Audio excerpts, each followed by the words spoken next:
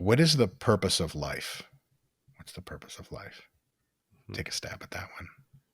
Right now? Yeah. I don't know, There man. is an objective answer to this question, by the way. Yeah, I mean, my of all of my my experience comes back to love, which sounds like a pretty soft answer, but that for me, it's like I think the foundation of most of this stuff is running on love and connection.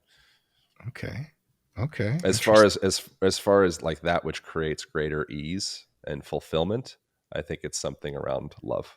So you mean life as what is the purpose of your own life?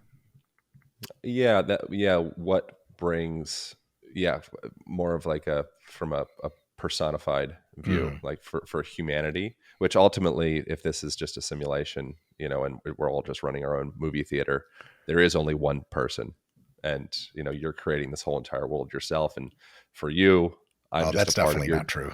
We I'm can just a part of swipe your that off the dream. table. So you're Well, talking about subjectivism. There's no way that's possible. I can explain very quickly why.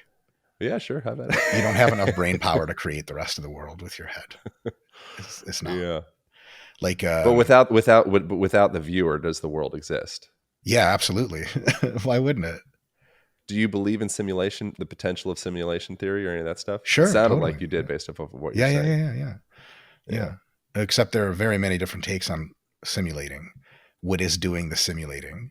You don't have enough throughput to simulate your own brain. You don't. Sorry, you don't have enough throughput to simulate reality. If you notice, like it was your brain can hardly keep track of like 2 or 3 people in your life. Sure shit isn't keeping track of all the people in India going their own separate ways right now. The fuck is it doing that? They can barely keep track with just their brains. So there's like more human to human interactions, just human to human alone, than there are neural network possibilities in your brain. So all contextually, it's just already impossible for you to simulate the whole world. Mm. Um, so that's first of all.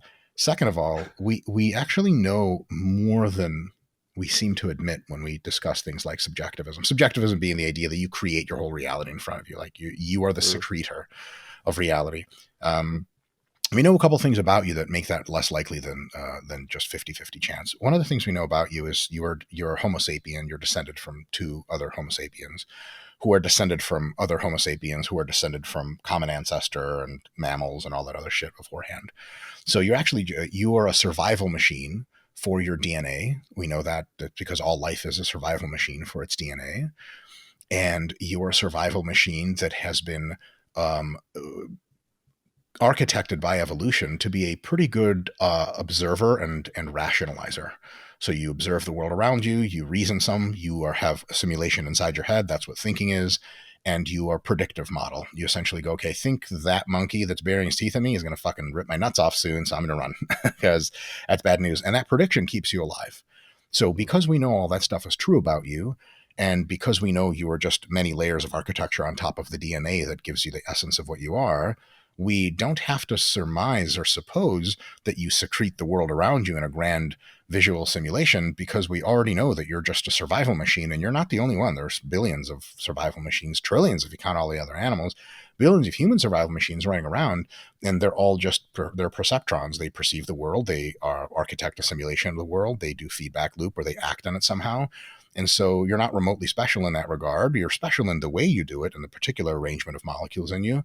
But to suppose that you secreted the world is, first of all, insanely egocentric. Now, I'm not saying that it is for you. Just anyone who takes a subjectivist view is like, really, Rhonda Carlson, age 13 and having a bad day in middle school, read about subjectivism, and now she's just projecting the world. So first of all, that's one of the reasons it's absurd. Here's another one. Whatever was the world doing before you were born? So, for example, if our fictional character Rhonda, who's having a bad day in middle school and reads about subjectivism, is like, oh my god, I'm in a dream. I'm projecting all this.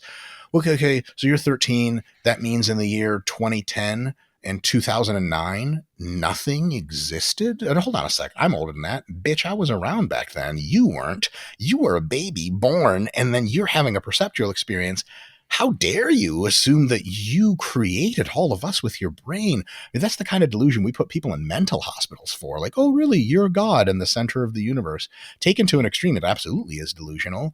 But philosophically, it's kind of a non-starter, because there's been people before you in history, and whichever of them thought they were the center of the world, at some point you watched them die, like of old age, and they bury grandma, and grandma's under the dirt. You're like, well, grandma's brain doesn't work anymore, so she sure as shit wasn't the person architecting our reality. Maybe reality architected us instead. I think that's much more reasonable. Hope you guys enjoyed that conversation. If you did, feel free to tag a part of it. You can tag me at Aaron Alexander on Instagram. Recently changed the handle from Malign Podcast to Aaron Alexander. That was a long process of procuring that mofo, but we were able to get it, which is cool, convenient.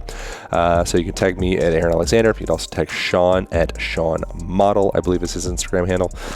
And feel free to jump over to the Malign Podcast YouTube channel, subscribe over there so you get each week's videos. That is it. That is all. Thank you all. I'll see you next week.